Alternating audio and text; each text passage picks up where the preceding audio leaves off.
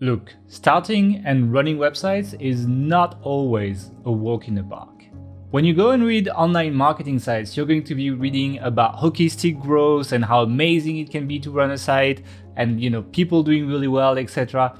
And really can happen. I mean, happened to us many times with sites and happened to many other people as well. But sometimes things don't go as planned and your site is slow, not growing, even shrinking with Google updates, etc. And people tend to want to give up on their sites. And for the sake of balance in the industry, and because really not many people cover that side of the business, today we want to talk about the times when you're probably considering giving up on your website and whether you should do it or not. And we have, in many cases, actually given up on websites or plowed through and actually kept going and did okay. So we have a lot of stories to share in this podcast. Obviously, a lot of you guys know about Health Ambition that we gave up eventually, and we'll talk about that in this podcast. So if you want to hear about that, I'm sure you're going to get a lot of info in this podcast. And we also have a bunch of other stories from friends and H Pro members, etc. that we're going to be talking about. So let's get started.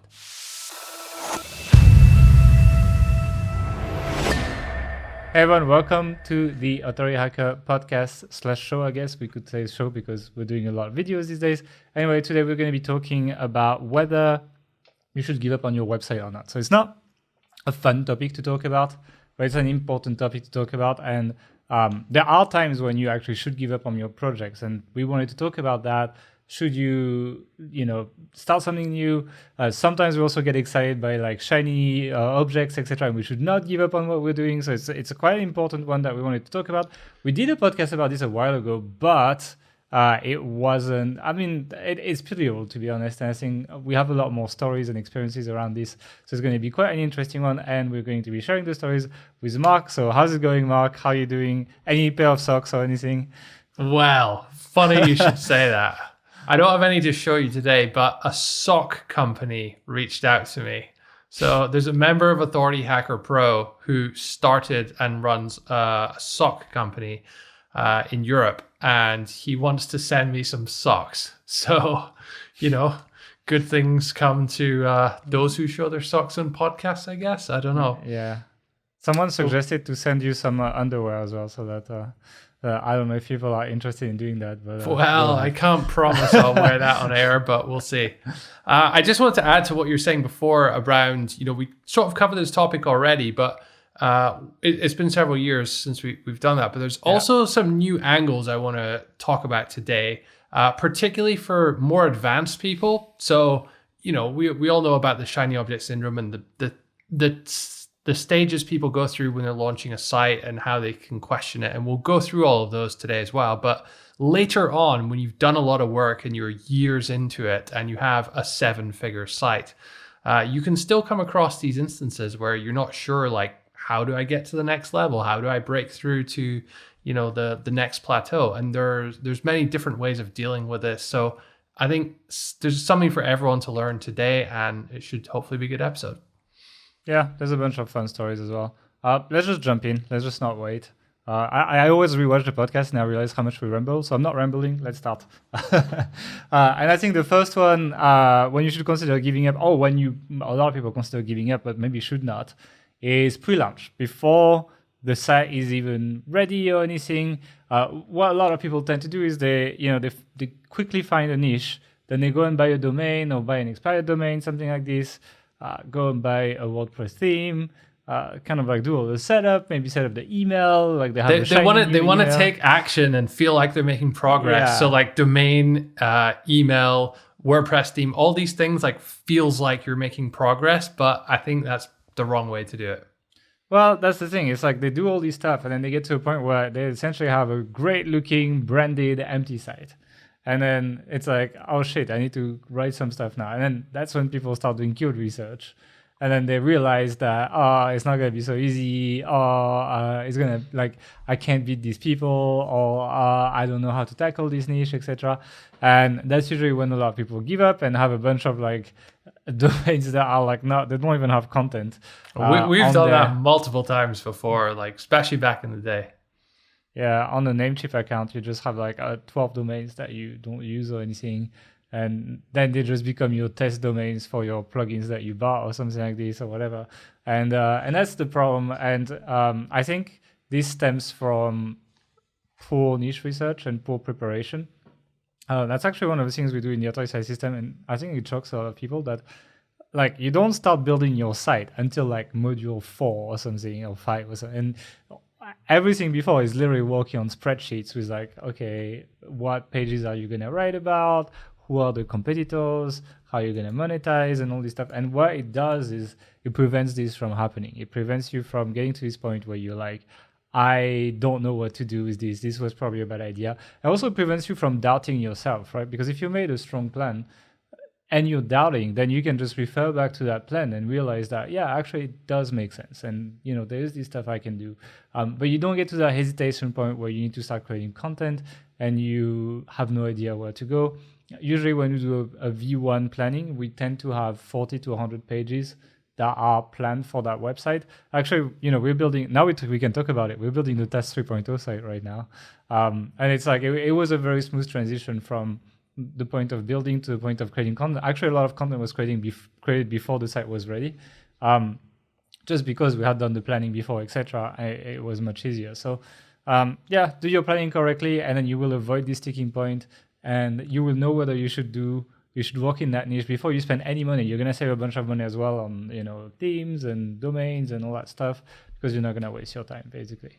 And just to add to that as well, like if you do get to that research point and think, oh, actually this is not for me, that's actually the best time to quit, the best time not to do it, because you invested a little bit of time but not really any money or any serious effort compared to if you're 1 year in. So, you know, don't be afraid to pull the plug on ideas that you've bottomed out more thoroughly in research phase. Yeah, I mean, you know, the niche research in the new task, I'll spoil again, but I start with 25 niches and I finish with 1. It's like, it means I abandoned 24 basically. Yeah. And it's great. It's just a lot. Also, it's good to do this process with like multiple niches in parallel, because you don't know if a niche is good if you don't have anything to compare it with, you know? It's like you only know it's better or worse than the other one. There's really nothing else that you can look at. So it's you should actually be looking at many niches and abandon.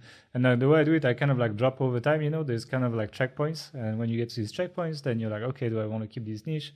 Or like, it's already looking bad, I'm not going to bother finishing the work for it, etc., etc. So yeah, I would recommend thorough niche research is going to prevent the stalling at the start, which happens to a lot of people, especially beginners. That's really a beginner problem, I would say. Yeah, and the next common phase, or the next logical phase that people get to, is they've done all that. They've done their keyword research. They built the site. It looks good. They've started getting some basic content up there, and you know, maybe they've started building a handful of links or something, but they've done all this work and not much is happening. They were expecting to see, I don't know, millions of visitors on day 4 or something. But that's not usually very realistic for how these things work. And it can be a bit jarring doing all this work, putting all this effort in, and not really seeing anything for in terms of like a reward so quickly. And it just feels like everything starts to slow down a little bit and get a bit more grindy. And I think this is something every single site goes through. So the main thing is that you should expect this to happen. I don't think anyone should be expecting to make it rich on, you know, even in the first year, to be honest.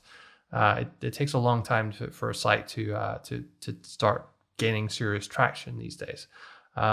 And you need to understand that the feedback loop, that is the time between when you're doing this work and putting in the effort and when you're seeing the results, that could be analytics traffic, actual money in the bank, or whatever else, is very, very long. So it can play on your emotions a little bit, and you feel like, certainly versus other types of work that, you know, you do the work, you get paid at the end of the week or at the end of the month.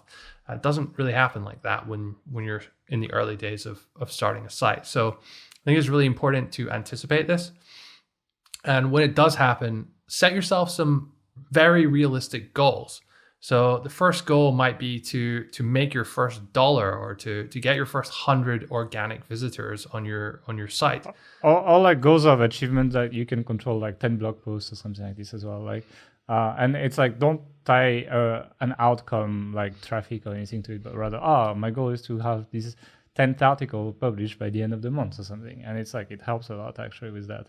I think there's an argument to be said, like, control what you can control, but I also think it is really important to have these higher level goals, even if they're make your first dollar. Because if you go into this thinking like, oh, I want to make, $10,000 a month, that's my goal. Okay, cool. But you should break that down into multiple steps. Otherwise, until you get to that 10K range, you're going to be feeling like shit. It's like, oh, I'm not there yet. When am I going to get there? But the first dollar is the hardest, right? It gets easier after that. It's exciting as well, right? It's like, I remember actually, it's funny. We just closed an April launch, but like we did an April launch a couple years ago that did quite well. And then we had that new site that we were working on at the same time that like made its first $50 or something. it's like essentially April made a lot more money at that time, obviously.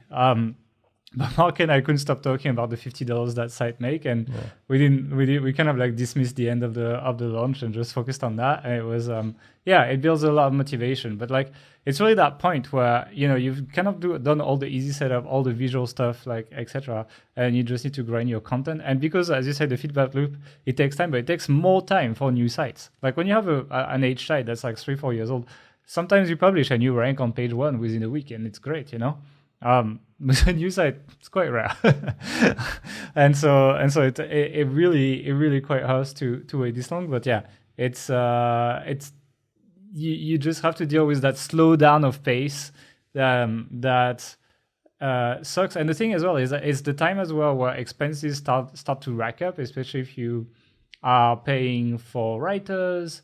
If you, I don't know, maybe you pay for link builders as well, you pay for all that. It's like, that's when you're starting to spend your money in a quite serious way. Like buying a theme for $35, it's like, it's really not a massive expense or anything. Even a hosting account for $100. When you do quality content, it's quite frequent that like that one article costs $100+. And well, you need 100 of these or something. And it's like, well, suddenly your bank account is emptying. And then you're also seeing that the money is very far away. And so the return is very far away. So it's like, it's the scariest part. It's the scariest time to pull money out of your wallet, because if you rank in a week, it's much easier to be like, okay, fine, like in a week or in a month I'll be here and I'll at least get some traffic for this, and I'm not sure I'll make my full return, but I'll get something for it. Whereas you get zero at the beginning of the site. But this phase is, I think, the phase where a lot of people quit this and the next one. And I think it's great, because if it wasn't hard at that point, then there would be so much competition, so much more competition. So if you're struggling, think about all the other people that are quitting at the exact same moment as you. And it's basically like, it's the Hunger Games, right? It's like there's only one left at the end. I mean, not one, but there's only a few people left at the end that make a lot of money. And then every time you see an opponent fall, it's like you're getting closer to this. So it's kind of like the way I'm looking at it when it's really hard, and I think it helps me a bit, actually. A really good practical thing you can do to help manage your own motivations here and get a bit of earlier feedback is to set up Google Search Console. It's totally free. And that will show you, like, analytics will show you the amount of traffic you get. Google Search Console will show you the amount of traffic Google is sending you from the SERP. And that may be zero or like hardly any people. But crucially, GSC, Google Search Console, will also show you the amount of times your site is appearing on search engine's results page, which is always a lot higher than the actual traffic you're getting. So that being said, it acts as a kind of early lead indicator. So the graph on GSC for your impressions will go up much earlier than your search traffic goes up. So if that's happening, you can be rest assured that you're kind of doing the right thing. All right, the next one is kind of like the next step, where it's like you're getting some traffic, you're making some money, but it's kind of like the sites that get like 100 visits per day type thing, or the sites that make like $100 a month or something. Usually the range I would put this step is between $100 and $1,000 a month, where it's like you're making some money, but you've already invested some money at this point. And it's really not making enough for you to be close to like quitting your job or making this your main source of income, especially if you need to keep investing in content. You might even be at a loss still, but like, there's still some money coming in, but it seems far, right? It's like if you're making $100 a month, even getting to 1,000, it's 10 times that basically. And because the human mind typically is really good at visualizing growth in a linear way, it feels very far 10 times, right? But the thing is, actually, it's as easy for me to take a site from $100 to $1,000 as it is to take a site from $0 to $100, more or less. Maybe not exactly, but like, it's in the same ballpark of difficulty depending on the sites, etc. And so really, it's like, if you've done it already, you just need to do it again, and you probably get to 1,000. And when you get to 1,000, it's nice because you can start really like, at least the site can pay for its bills if you don't spend too much in content. And when the site is basically running for free is when I get really excited about a project, because I'm like, well, we're just growing, adding content, adding links, etc. And it's just costing us nothing. Even if it takes 2 years, it's fine, because like my bank account is literally not suffering from this at all. And I'm building a site that's eventually worth more money, etc. So overall, I would say it's the worst time to quit, because there's a big opportunity. Like a site that makes $100. I mean, for example, Matt Diggity, right? Matt Diggity, he tries to buy like sites that make very little money, and there's a good reason for that, because they're out of the sandbox, they're already ranking a little bit, there's like all that really stuff that we talked in the previous step is gone. And if you double down, very often you will do well, because you already proven the concept, because you're already making $100 a month. So it's the thing as well. And then the thing as well is like managing your expectation, managing yourself as well. It's like, I see a lot of beginners that get quite emotional at that point. Like they think that's it, and they think that everyone else is making 10K a month, and their attempt just yielded $100 a month. And it's like, it comes with experience. Once you take a site to $100, from $100 to $1,000 a month, that it's not as scary. But if for some people, they just imagine that's it and they will get nothing else. And you've got to also, I like to think about the value of a website, right? Because even a site that makes $100 a month is worth, it's like 35x the multiples now, something like this. So it's worth 3,500, right? But it's not that hard to take from 100 to 1,000. You just need to push it a bit more. If you put it to 1,000, this site is worth 35 grand. So it's like quite a bit of money for a lot of people, right? It's a new car, something like this. It's like, a big down payment on your house or something like this. Like it can really change your life even this much. So it's like, it's and the thing as well, I think the hard part for this is when your site plateaus around this amount. That's when people freak out, basically, because and that's another thing. We'll talk a little bit about plateaus later. But growth for websites, in our experience, is really not that linear as well. So, for example, I'll give you the example of Authority Hacker.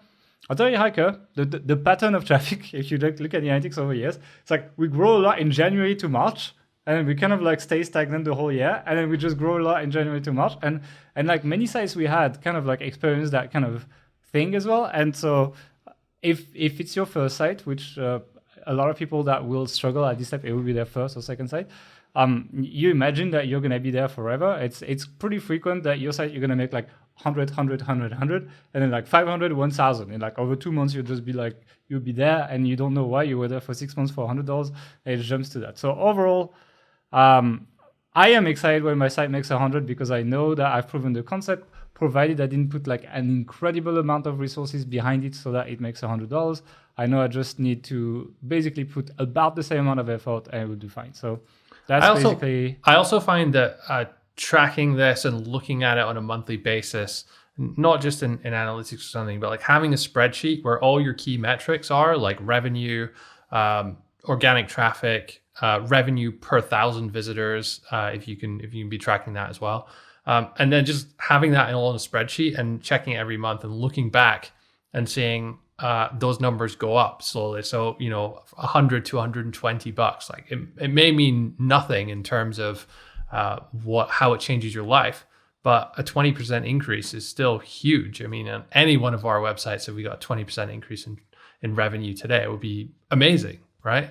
So you need to look for the wins where you can, and not just kind of look at it from this, how does this impact my life at this very moment? I also think what you said about the value of the site, like keeping track of what it's worth every month by multiplying the revenue, the profit by 35, and looking at how that increases over time, because the number's quite significant more early on. Yeah, it can help you feel like you're making progress in a more significant way. Actually, smaller sites sell for higher multiples as well, right? So it's like, actually, when you're in that range, it's not infrequent to see even sites sell for 50x, for example. And the thing is, you always have to think, who's on the other end of this deal? What information do they have that I don't? If I think this is like not going well and I'm abandoning ship, why is someone else buying it? Are they idiots? Well, someone like Matt Diggity, obviously not. I mean, they know what they're doing. So if they think they can take the site and grow it, then surely there's still opportunity there. Yeah, I think it's like, for us, it's kind of like same for us. Like, if you can buy a site like that, a site that makes $100 a month, and you buy it for like $3,000 to $5,000, I guess that's gonna be the range. It's great because usually that site is already at least 6 months old, I would say, and it's either under monetized because the owner just doesn't know how to monetize, so he just uses AdSense or something, or it's just starting, or like 1 or 2 articles did well. But then usually if you find how like this article that did well, you can just find more keywords that will promote the same offer, at least double, triple, quadruple the revenue. Even if it doesn't become like a $100,000 a month play or something, you can still like get a massive return from not doing that much. Like very often, even just posting a bit of content and getting like a 15 to 20 guest posts to a site like that would double, triple its value. So it's like, it's like I think it's probably the worst time to quit or give it up. It's also the kind of sites that you should be excited to work on. I think it's usually your biggest opportunities in terms of like doubling your money, like return on investment. When a site makes $100, it's like I think it's like the time where your money multiplies the fastest almost in a lot of cases. So I would look at that. I'd also just like to add one more point here. Because the person has built and got a website to a certain level, they've obviously developed a lot of skills and knowledge along the way, which is super valuable. But at least what happened to us a lot, and I know happens to a lot of other people, is you start seeing cases of other people in other niches, or hearing at conferences someone talk about how much they're making with this strategy or doing this kind of thing. And you think, oh, I could do that too. I have all the skills to do that. And then the temptation can be to like start from scratch in that space, that other space. It's classic shiny object syndrome. But inevitably, it's never as easy or it's never straightforward as that. So you just have to be really, really careful that you're not. There's a really good phrase in English for this. Like, you're not doing something to do something else. That's every phrase. that's literally every phrase at this point. It's like you're not doing something to spite the right hand or something like that. I can't remember. Anyway. That was definitely a lot of wisdom. Too much to take at once, Someone in the comments will know for sure what I meant. All right, let's talk about the next one. I think the next one, we definitely have some personal stories about that, and that's after Google update. And it's kind of like, especially us, when you've been growing recently, you're kind of like excited, you're in that mood, maybe you've been hiring more people, you've been investing more because you're like, I'm doubling down, this is really working. My site went from like $1,000 a month to like 4,000 in the last 6 months or something, that kind of growth. And then core update happens, and then your traffic goes and it's like divided by 2, divided by 3, something like that. And obviously all of you guys know, most people know, it happened to us on Health Ambition. And we actually decided to pivot away from that. So I actually wanted to talk 2 minutes for 2 minutes about it, because what has happened. My instant reaction, and it was through the medic update, by the way. And my instant feeling was like we were at the wrong time at the wrong place. And it's like Health Ambition wasn't necessarily written by PhDs and doctors, etc. It was okay. It was in the line of Wellness Mama and a lot of even Dr. Axe, etc. A lot of other sites that have since tried very, very hard to recover and have not recovered, or very little at least. So looking at these sites, actually, because these were the sites that we were looking at to find keywords, for example. Looking at these sites, first of all, I'm pretty happy that we decided to pivot away, not invest more resources, because when that happens, you essentially have 2 choices, right? You can either say, well, fuck this, and I'm out, or you can say, I'm going to fix this, but it means usually heavy investment in resources. So for example, for these sites, it means they had to change their entire editorial stuff. They tried all the EAT stuff. They tried many, many things. apparently some people recovered from these updates, but like these guys I'm thinking about, the guys that we literally had in our computer spreadsheet did not. And it's hard to predict, right? You can't really tell what Google's gonna do next. So it's going to surprise you many times. Although I would say sometimes you can semi-predict it, and we'll talk about that a little bit later. But like let's introduce that concept now. Actually, I'm gonna call it autopilot mode. And autopilot mode is when you've built an editorial team, you have processes, and things are running, right? It's like you're not really reinventing the wheel, you're just finding more stuff to write about or update, etc. And now it's like, okay, how do we do this 1,000 times? And that's autopilot mode. But the danger with autopilot mode, if you don't monitor it, is that your writers go in autopilot and your editors go in autopilot, etc. And nobody's really kind of like watching your site sleeping in terms of quality, etc. And it happened to us many times with editorial teams. And it's like, and Mark knows how it goes, because usually it slips down for like 6 months to 9 months. And then out of the blue, we just go and check an article and we're like, this is fucking shit. And then it's kind of, but like, if you don't catch it, Google catches you basically. And that's the thing. It's like, if you're unable to see that happens. So you can semi-predict that stuff's going to happen if you actually do some quality controls throughout the way and actually check people's work and really have a critical eye, and also monitor your competition, because it can also happen that you're maintaining that level of quality, but your competition is going like this in quality, and all of a sudden you're just a lot less relevant in your niche. In the online marketing niche, holy shit, that happens all the time. Like, it's like some articles we wrote a long time ago on Authority Hacker that were absolute reference.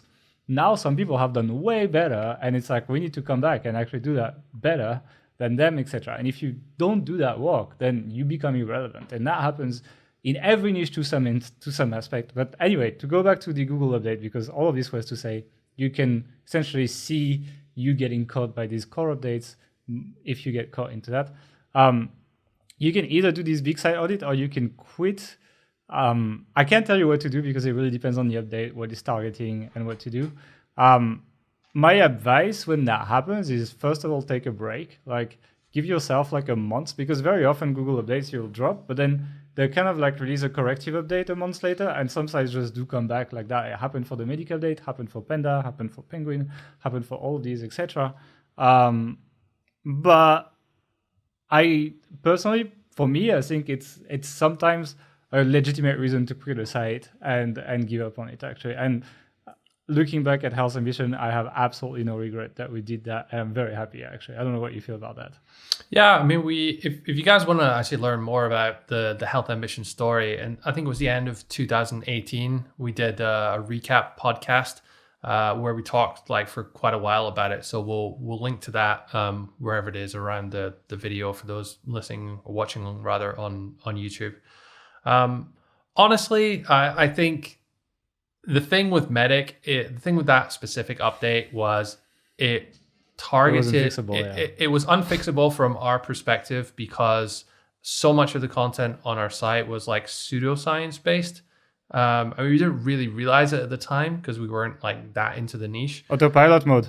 And we're just like looking at what other people were doing. Yeah, exactly. Yeah. And I think that's the reason why sites like Healthline are just dominating, and Dr. Axe and Wellness Map are nowhere to be seen anymore. So I think once this happens to you, it's kind of hard to deal with immediately, because you want to take action, right? You want to fix it. That's why every time there's an update and someone gets penalized, like, what's the reason for this update? Tell me so I can fix this on my site. But often there's just, back in the day, it might have been more simple, like, the duplicate content update or whatever. But now it's just so complex, and you get no information, and so many different things going on that there's not really much you can do, which is why it's not just that. Sometimes fixing it is literally redoing your site, right? Yeah. Sometimes, like in the case of Health Ambition, it was like we need to rewrite like 80% of the content. Yeah, and there was 1,500 articles on the site or something. So, and it's like, well, I could just rewrite an entire new site instead, Yeah. It's like, and that's what we did, and we sold that site for a lot of money, It's like, that's not the case with all sites, though. I know many examples over the last couple of years with these more sort of frequent but less drastic core algorithm updates, where it's really, it kicks people off into a mode of like doing all the shit they probably should have been doing anyway, like auditing their existing content, seeing what needs to be updated, seeing what needs to be removed, like maybe removing some shitty links, fixing some like technical SEO, crawl errors, redirects, like these kinds of things, which you should be doing anyway. But if you're not, this is a really good excuse to and motivation to actually go and fix all of that stuff. And a lot of the, not all the time, but a lot of the time, that can actually fix it or help fix it. The other thing I've seen a lot happen is people will spend 9 months trying to analyze what goes on, while all the while stopping all their normal content, link building, optimization, marketing work. And then 9 months later, they think, oh, why isn't my site growing? Why hasn't it come back? Well, it's like, well, you actually like stopped working for 8 months or whatever. Like, you need to keep doing the things that cause you to go up in traffic. And even if you don't recover from that update, you'll get back there to where you were eventually, just by continuing to work in most cases. Yeah, I think it's like if you have obvious flaws to your site that are fixable with other ways than like rewrite all the content, like technical issues, like things like that, then yeah, I would try to fix that, because the investment in time compared to, especially if you're like you were making thousands of dollars per month, like the investment in time is often worth the potential reward.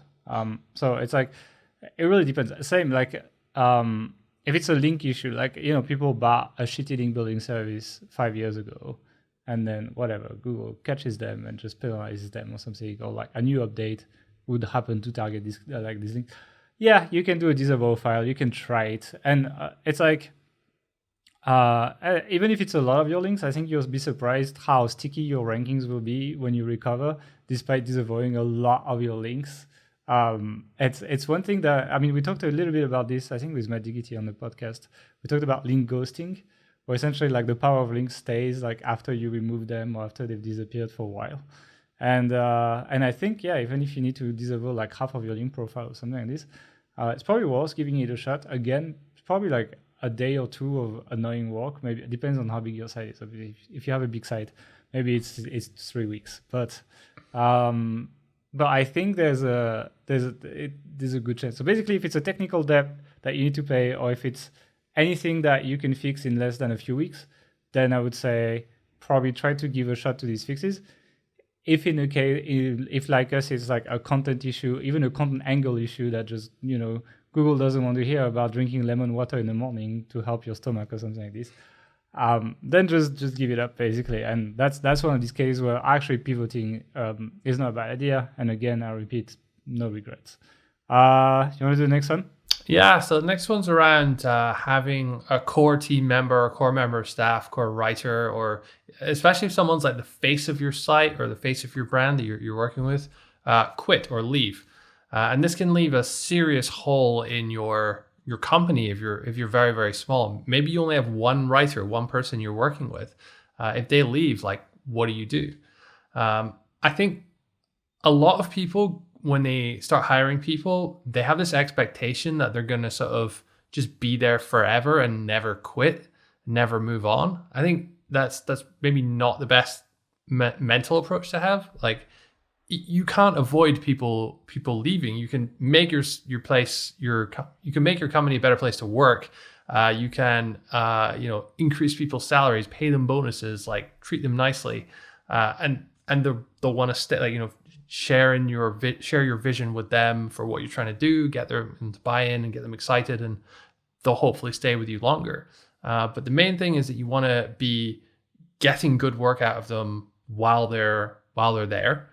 You want to be making sure that all your learning that you have as an organization, all your systems and processes that people are doing, are documented and organized.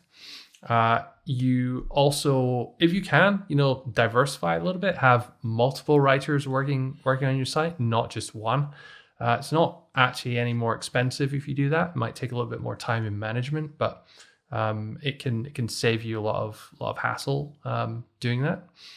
And if you ever have a writer as like the face of your brand, who's the expert, then make sure you have the right contracts and things in place so that can that mechanism can continue to be in place should they leave at some point in the future. I know people who have worked with other writers and they've been plastered all over their site, and then suddenly that person's left and they've had to remove all mention of them from their site, and it can get a bit nasty quite quickly. So if you're ever in that situation, communicate with the person, try and be reasonable with them if it's all possible, and try and have some sort of semblance of continuation as an option while you're looking for new people. The one thing I'll also say is that it's always possible. Everybody is replaceable.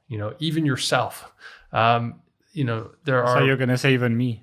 Well, I mean, really, really. I mean, mostly me. I mean, it'd be hard, but like if you got run over by a bus tomorrow, like and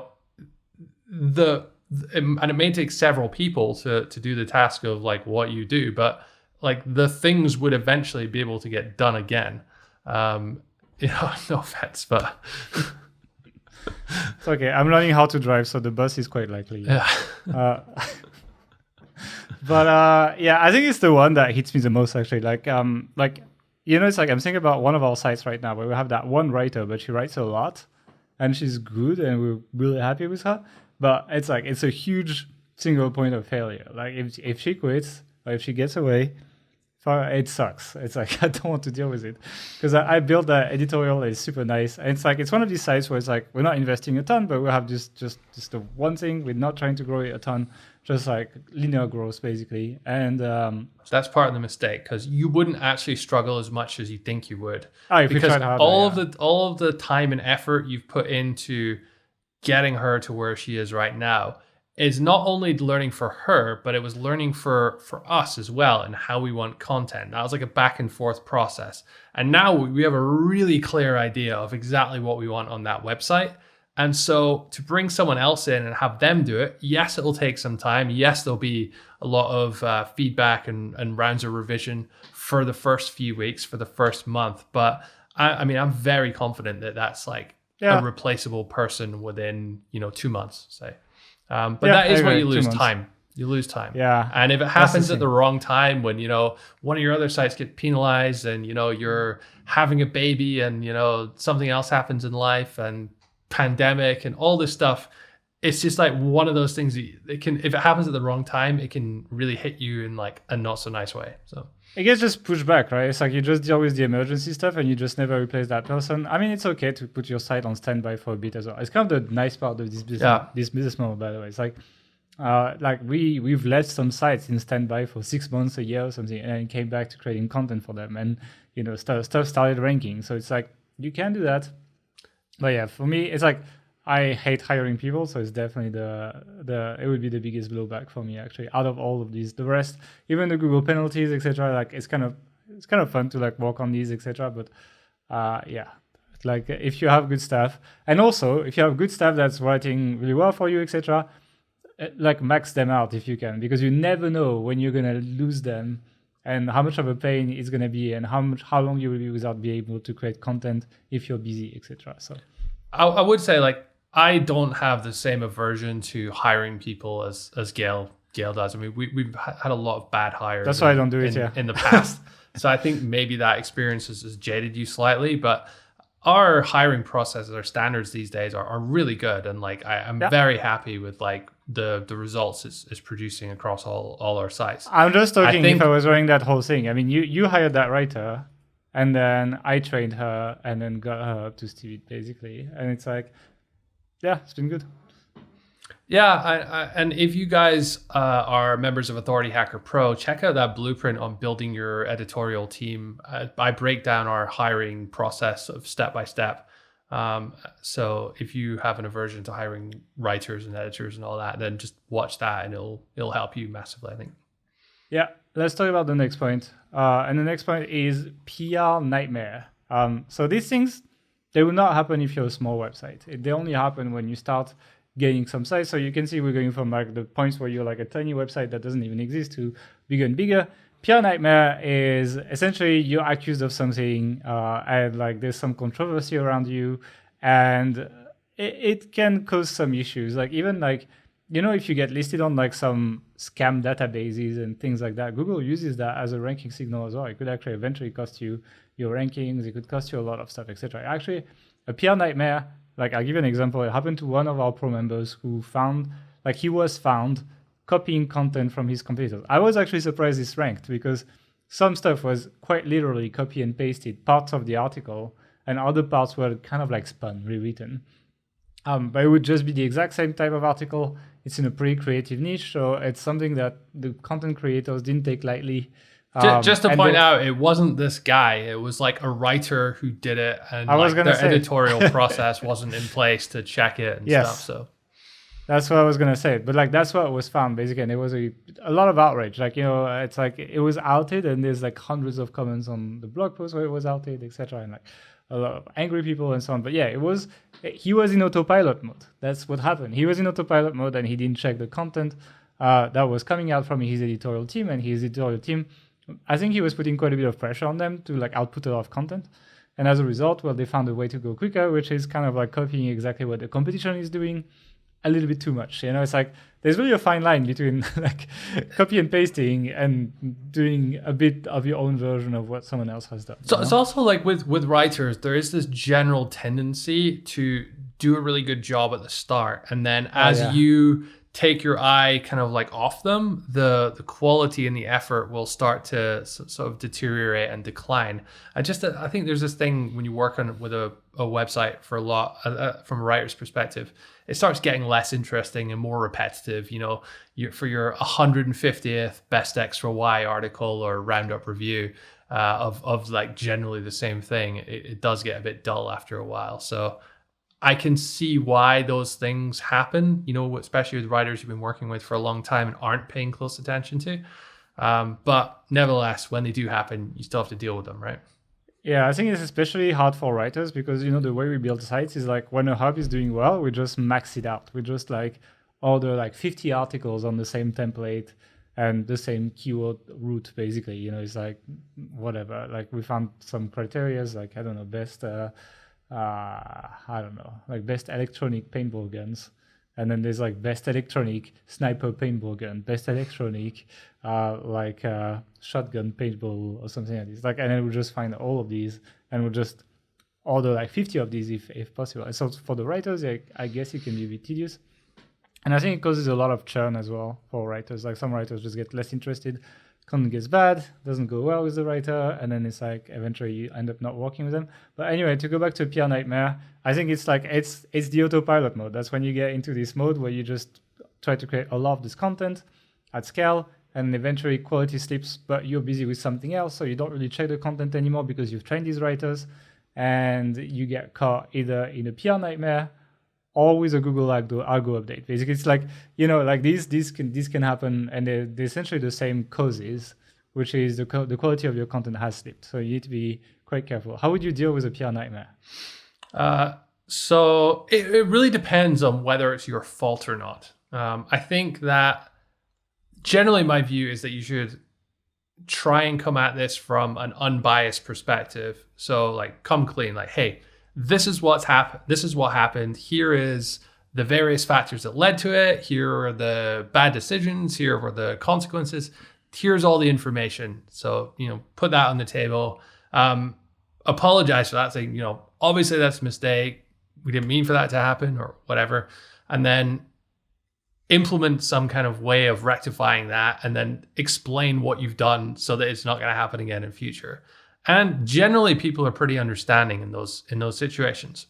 There can be this case though where, and this seems to happen with politics and that a lot. If you admit you've done something wrong, then more people kind of pile on, and it can kind of snowball and be a little bit worse.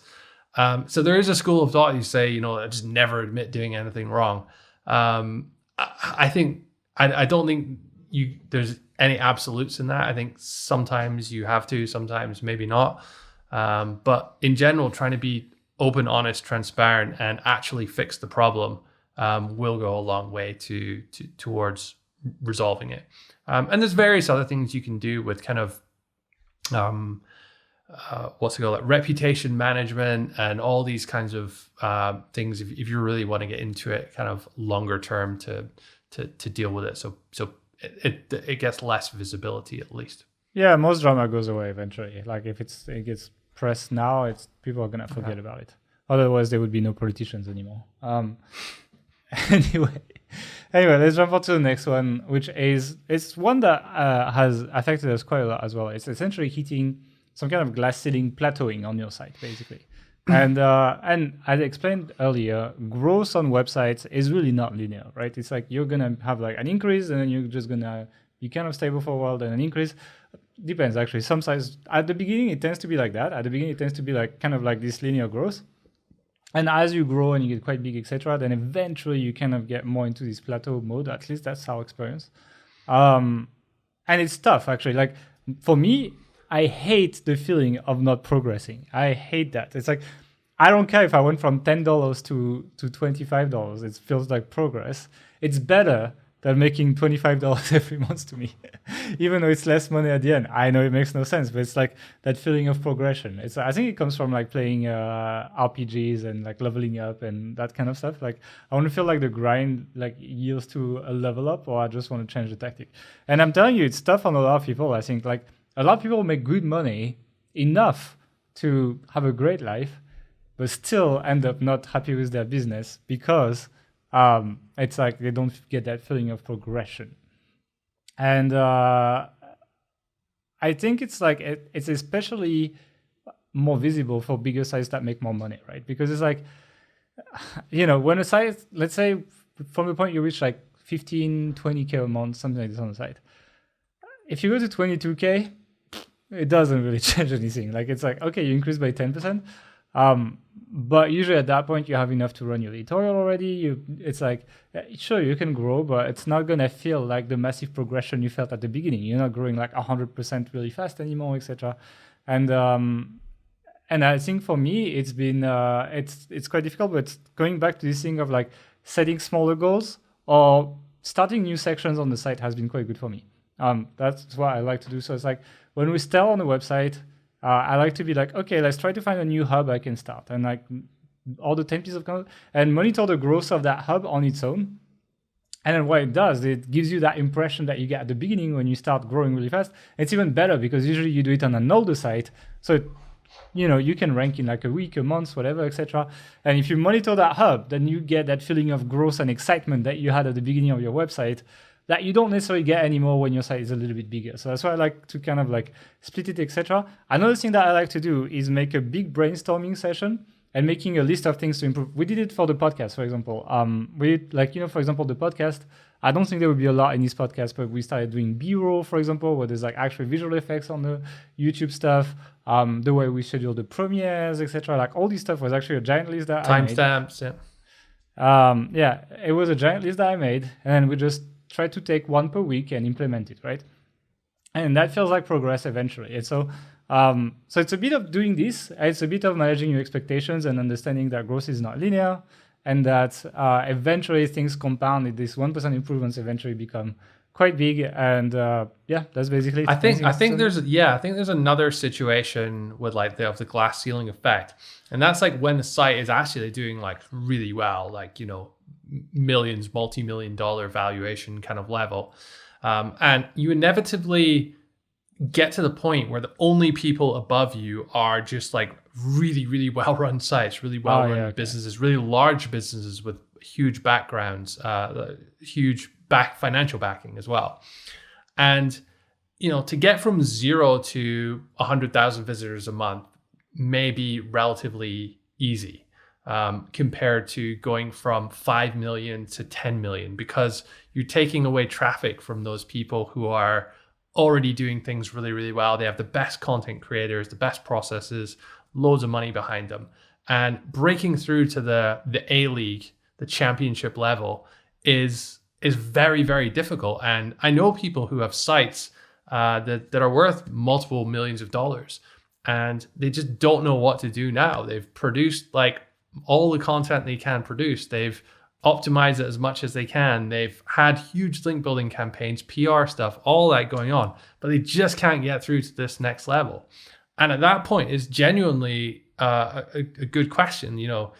Do you persevere with that, or is that actually a good point to sell? Because the higher the value, the higher your site is worth, right? In theory, the easier it should be the easier it should be to like turn a few levers and do a few things, and then make another $500,000 because you increased the traffic by 15% or whatever. But when you get to the point where you're dealing with these A-list competitors, it gets really difficult to eat out their market share, essentially. That's what happened with the site we sold like soon 2 years ago, actually. It's like it's like we reached that point where we beat all the small sites, but reaching to the big sites was like, we literally had to abandon Atari Hacker because that niche was this competitive. We had to abandon a bunch of other projects as well. We didn't, obviously. That was a good pivot or persevere point, right? It was like, okay, what do we choose? We know that our competitors on the highest level, that's the only thing they do. They don't have anything else. They're able to focus 100% on it, and they have a fuck ton of money because they're ranking high for all these very lucrative keywords, like really a lot of money.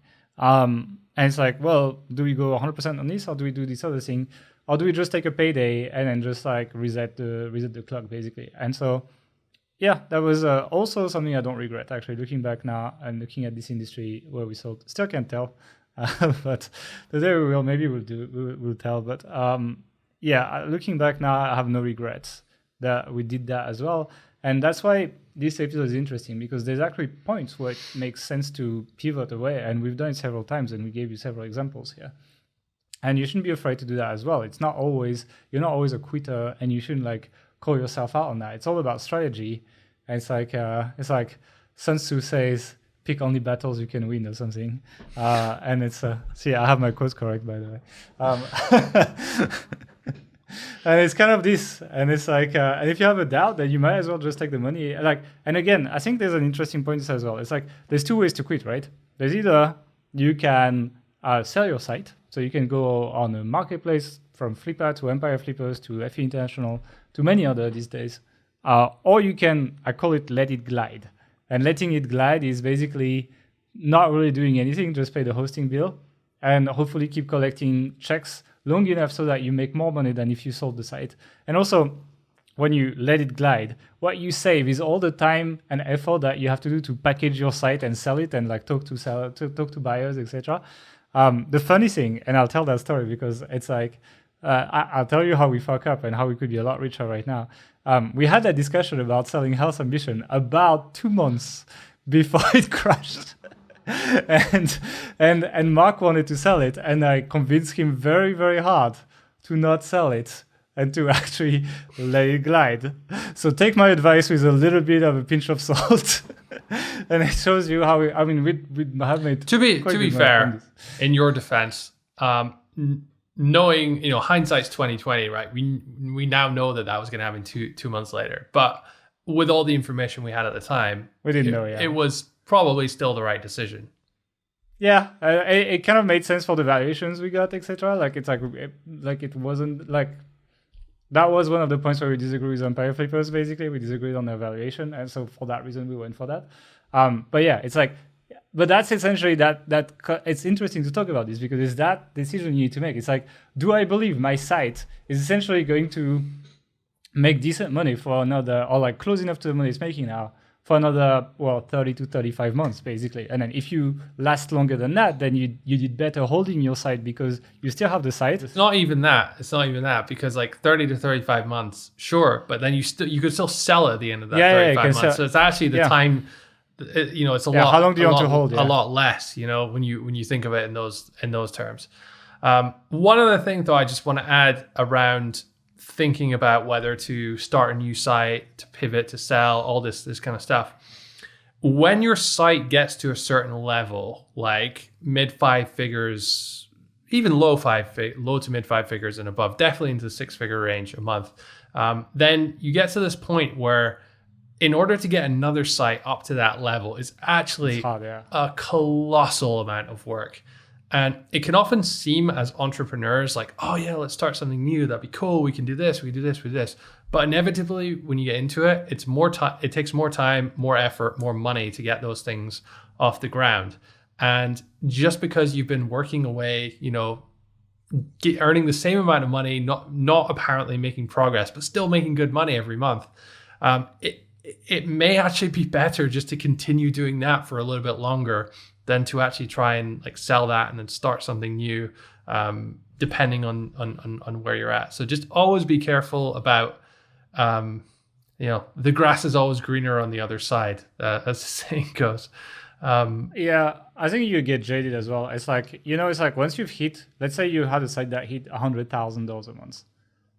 You're not going to be that impressed by your new site making $1,000 a month. Yeah. It's like, it hits it like, it's a bit aware your motivation compared to someone who achieves that for the first time, and you've got to consider, it's great for beginners. It means that they essentially, like, because of their hunger, that it gives them a bit of a competitive advantage at least. But it's true. Like, it's like when it happens, it's like when we start sites and they start making okay money, etc. Like, because we had sites that really made a lot, etc. So it's like, I'm like, great, but like I don't get nearly as excited as I was for the first few sites that did quite well, And so it's something to consider as well. It's like how motivated, and especially if your bank account is full. If you know what I mean? If your bank account's full of money because you sold your site or because you've been holding on to a site that makes a lot of money, etc., your motivation to work on that new site that makes 1,000, 2,000, 3,000 a month, it's gonna take a bit of a dent, And it's something to consider as well. It's that self-motivation thing that we mentioned as well when your site doesn't make much or doesn't change your life. That money you make is kind of the same points essentially. Yeah, that's all I have to say. Anything else you want to add? No. All right. So, guys, if you enjoyed this episode, don't forget to subscribe on either the audio platform, so Spotify, Google Podcast, Apple Podcast, SoundCloud as well, etc. Or if you're on YouTube, don't forget to also subscribe, click on the bell, and drop us a comment and tell us what you thought about this episode and whether you abandoned the site or not. That's going to be the question of the week. I didn't just make it up. Did you ever abandon a website? If you did, just let us know in the comments. How did it go, etc. Quite interested. We tend to have good discussions in the comments on YouTube, so I'm interested to hear how it went for you. Thank you for listening, and we'll see you next week.